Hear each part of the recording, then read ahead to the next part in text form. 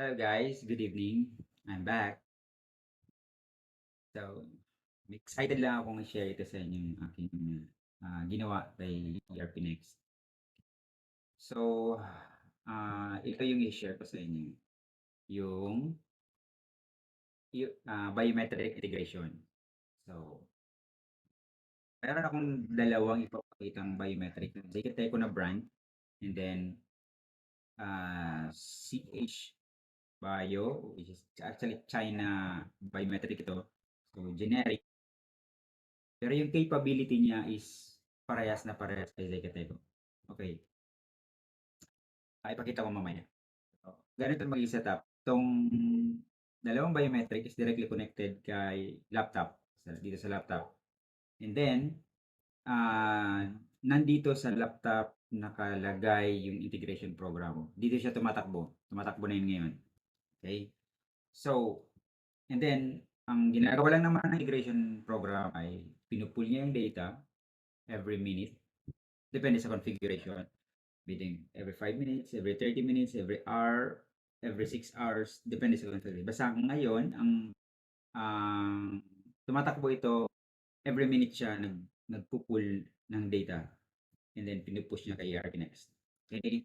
So, si ERP Next ko ay nasa cloud. So, ito yon. Sa employee check-in na table niya, ipupush yung data. Dito siya. Kaya dito siya mamaya magre-reflect.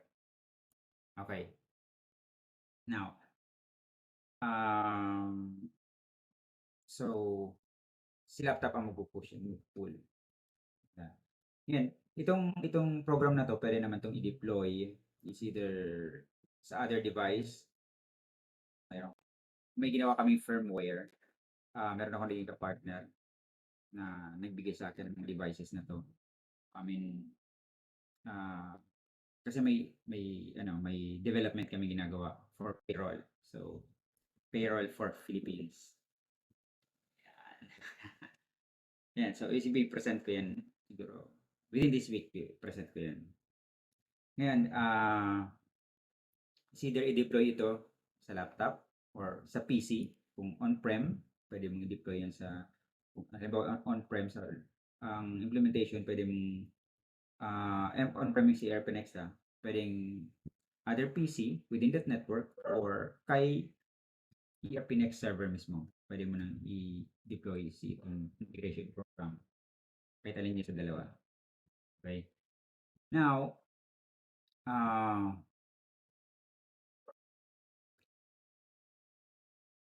ay pakita ko na sa inyo. Huwag natin patagalin ito.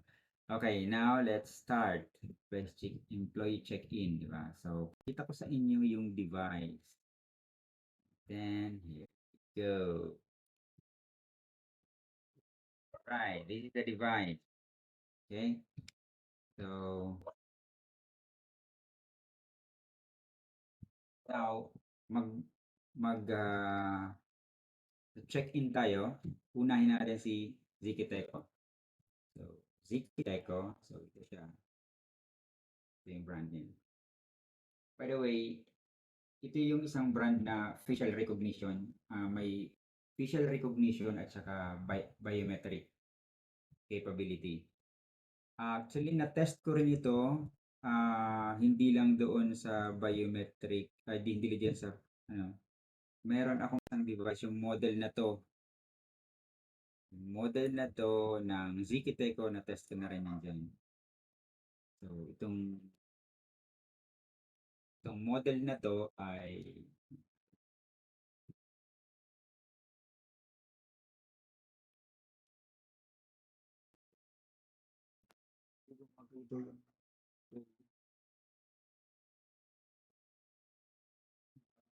anyway, so let's try. Okay, so scan facial. So here, let's see.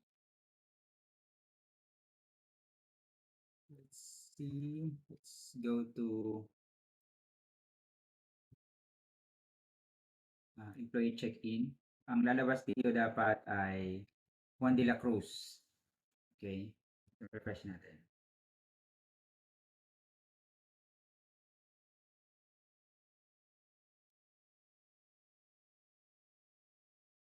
Oh, hindi nakakonect. So, yung scenario na to, nag-login ako, pero hindi nakakonect yung device. Nakakonect dito sa sa China Biometric. So, ito, push na siya. So, ibig sabihin, sa scenario na to, kahit na hindi connected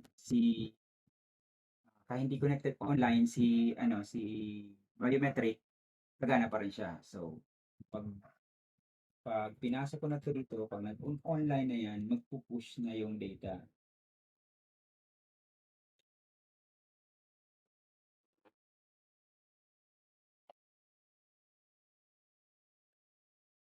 Okay. So, let's see.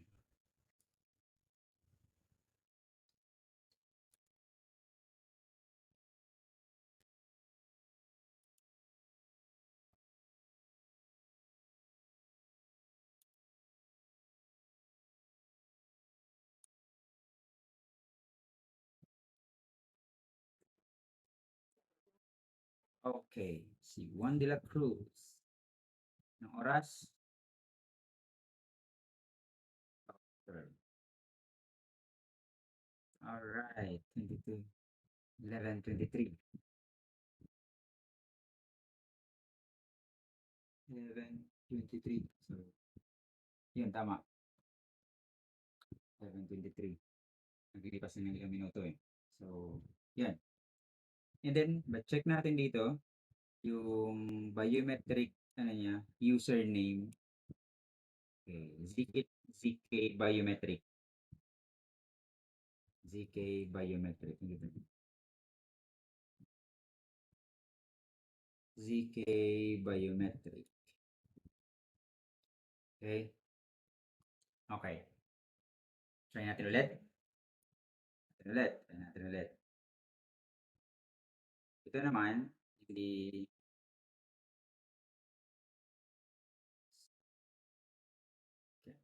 sinort ko lang to. Sinort ko lang siya ng descending para mauna. Dito siya sa pinakaunahan. So, 1 minute ago. So, pwede na tayo mag-try ulit ng isa pa. Try natin ulit.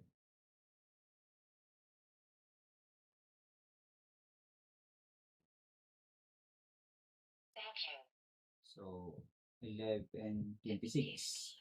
11:26. Right.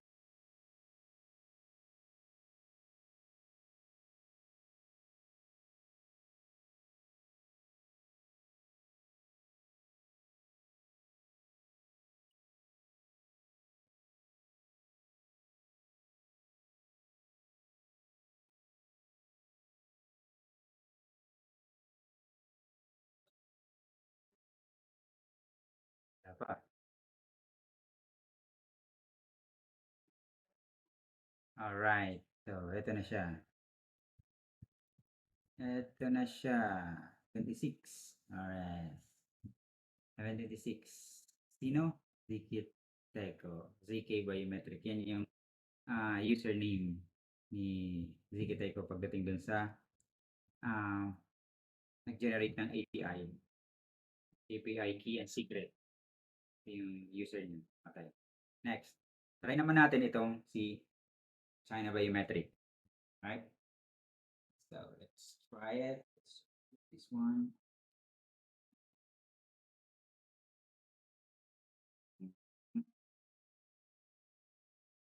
Okay. Let's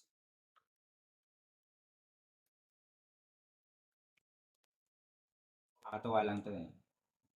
Nakakatuwa siya. Lalo na to, nagawa ko ma-integrate. Talagang, ano to, grabe yung madugo, yung magipag-communicate din sa supplier para ma-integrate yan. Okay, anyway, masyadong technical na yan. Okay, now, try natin. So, yun tayo. ibang user dito. Ah, ang pangalan ko dito ay Pepito Lansing. Okay? So, yan. Try natin. Thank you. So, verified. Right? All right. Verified. Now, let's see. Let's see. Pepito Lansing, refresh.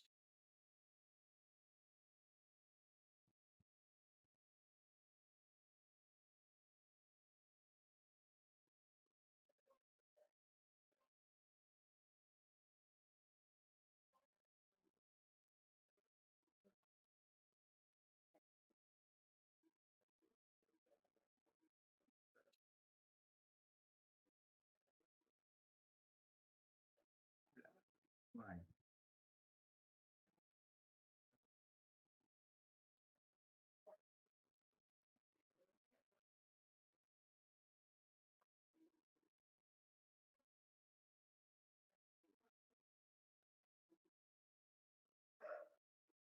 Wala basa. Okay. Wait. Is it running? Oh,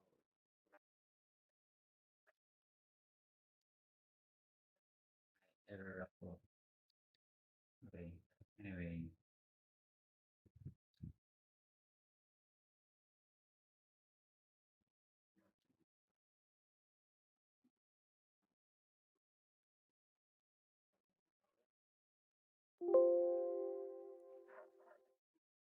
Now,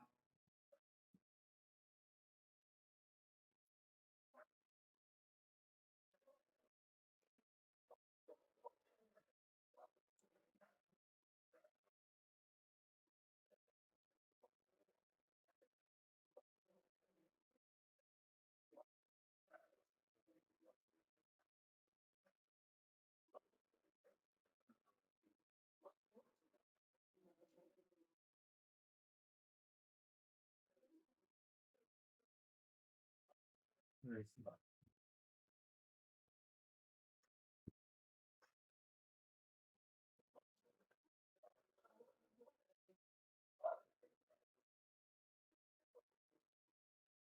Okay. Let's see. Refresh.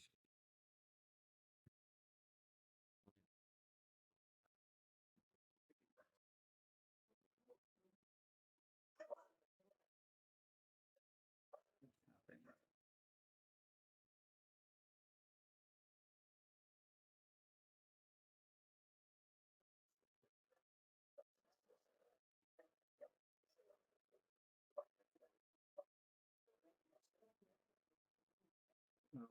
Okay. Okay.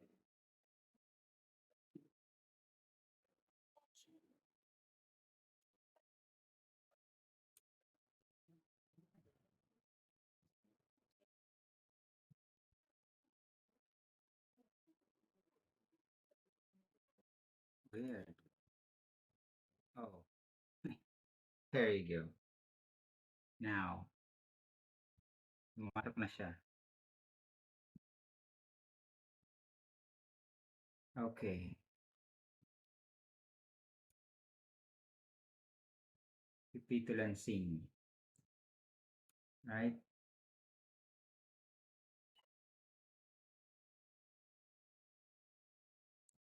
Pipito Lansing.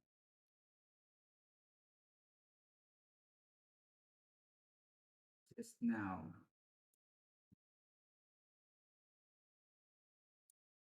Saan ang galing? CN Biometric. So, ito yung China Biometric. So, it's working. Let's try it again.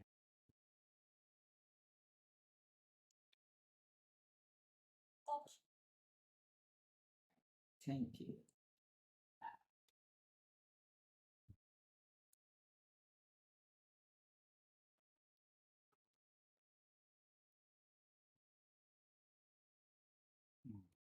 Ito na ulit yung isa. Just now.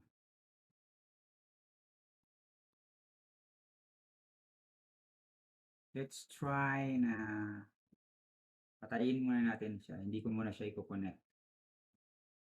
So, let's see.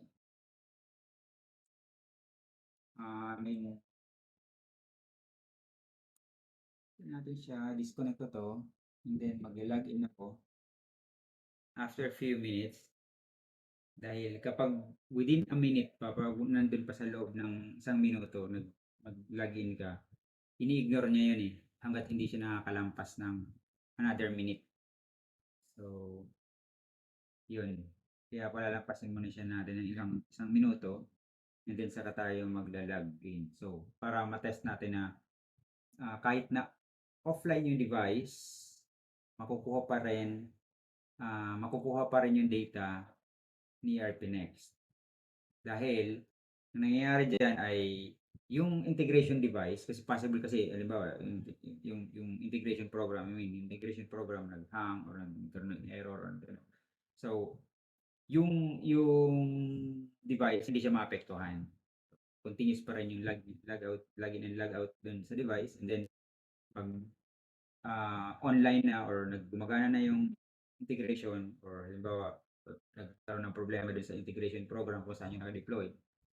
So, hindi siya maapektuhan ulit. Pag online na ulit, so ito na yung mangyayari. So, yan. Nalitra ko. So, hindi yan 50, 11:32. 11:32. So, yan. Login ako. And then, kukonect na natin siya.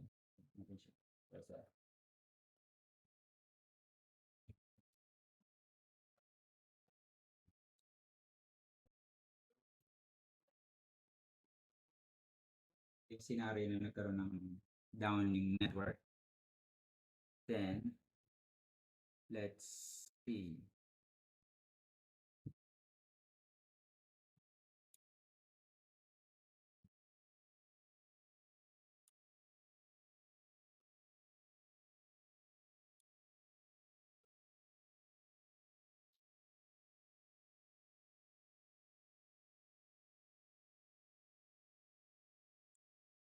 Right.